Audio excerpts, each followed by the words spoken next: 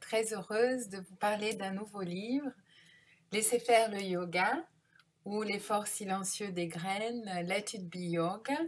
I will later on introduce the book in English in the next video. E eu vou introduzir o livro em português no próximo vídeo. Muito obrigada pela paciência. En effet, j'ai fait cette aventure en 3 langues. Peut-être parce que je suis métisse culturelle, j'ai vécu dans 3 pays différents, mais assez longtemps. Je suis née au Brésil, j'ai grandi en France, ensuite j'ai fait toutes mes études en France pratiquement. Après, j'ai fait mon doctorat en co-tutelle de thèse entre la France et le Brésil, et puis finalement, je l'ai soutenu au Brésil. Et puis, j'ai fait mon postdoc à Laval, au Canada. Donc, j'ai une histoire de vie qui passe par plusieurs cultures. Et peut-être que pour vraiment me dire, il faut que je me dise en français, en portugais et en anglais. En français et en portugais, je me débrouille, mais en anglais, j'ai eu l'aide d'une professeure de yoga qui m'a vraiment poussée à passer en anglais le texte, Wafa Diadou, et puis les conseils avisés de Patrick Loisel, mon mari. Patrick est chirurgien, c'est lui qui a fait la préface du livre, et puis aussi qui m'a accompagnée pendant la rédaction d'un journal, alors que j'avais une douleur à l'épaule. Et donc, je voudrais parler de 2 choses avec vous. D'une part, la question de l'effet thérapeutique du yoga et d'autre part, la forme de notation au quotidien qui remet à ce que Michel de Certeau a appelé l'invention du quotidien et qui est une forme de recherche très développée en transdisciplinarité, à la fois les histoires de vie de Gaston Pinault, reprises par Pascal Galvani, un mode aussi d'écriture de mon collègue professeur de yoga Philippe Filliot, qui m'a certainement inspirée, et, mais que j'avais déjà adopté dans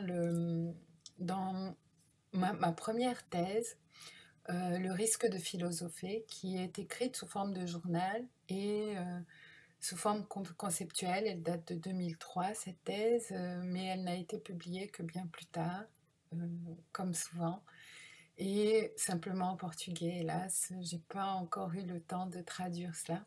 Et donc, la forme de journal comme une tentative euh, de voir dans le quotidien notre lieu à la fois de travail, de transformation, de sublimation, entre guillemets, parce que c'est un lieu où on peut canaliser les pulsions et investir dans ce que j'appelle des objets tiers euh, qui sont flottants, comme l'a dit une de mes collègues chercheurs quand j'étais en licence, donc je ne me souviens pas de son nom.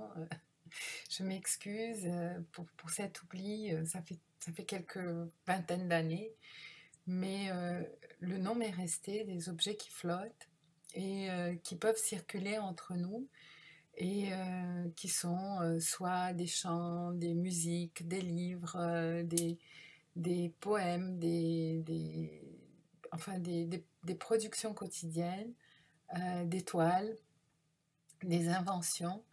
Et le yoga participe de cette invention du quotidien dans le sens où il exige une pratique quotidienne pour se faire et une espèce de discipline. Yoga vient du sanskrit yug, discipline, mais aussi joint, union, intégration. Et j'en viens à la partie thérapeutique. Je pense que le yoga peut avoir un effet thérapeutique. Je ne le considère pas une thérapie, je le considère comme pouvant être une bienfaisance au moment où l'on suit des thérapies, soit une thérapie pour le cancer, soit une thérapie pour des maladies qui peuvent être de l'ordre de la dépression, de l'anxiété. Je pense que c'est très important de faire cela en partenariat avec un médecin et d'avoir un suivi médical lorsqu'on a une blessure, soit une blessure à l'âme, soit une blessure au corps. Et je voudrais, pour faire vite et ne pas être trop envahissante de votre quotidien, vous lire un extrait de ce livre, La confiance lucide, parce que je pense que mes collègues chercheurs et moi-même, que ce soit Philippe Filliot, Pascal Galvani, Philippe Mérieux, Gaston Pinault, nous avons confiance dans ce quotidien comme terrain de transformation et d'évolution, même si nos pensées peuvent à la fois être convergentes et divergentes, comme tous les collègues chercheurs. Donc, je prends ici le risque de penser avec vous. Ce matin, je songe à ce couple étrange de la foi et de la cécité, comme si le joint qui permettait au lien de se faire portait en lui sa propre défaillance, la naïveté. La confiance, une fois brisée, peut-elle jaillir encore de n'être plus aveugle?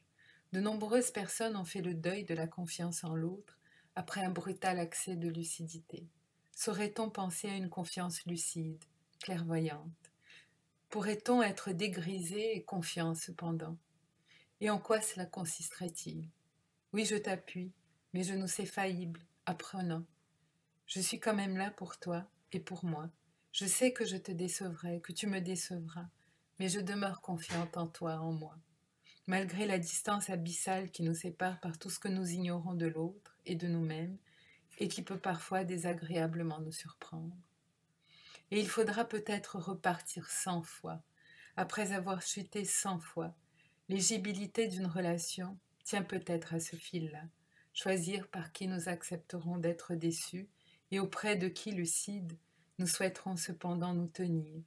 Auprès de qui nous accepterons d'éprouver la douleur de cette lucidité, de cette blessure qui s'écrit lentement dans notre histoire, tandis que la confiance demeure, bien que les crises se succèdent et que les failles s'accumulent.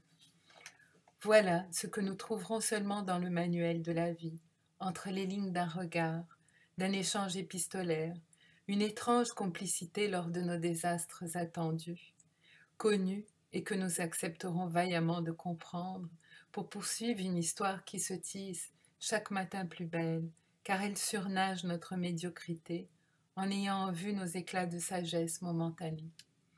Je reviens à Philippe, mon professeur, l'exigence du meilleur, l'acceptation du pire.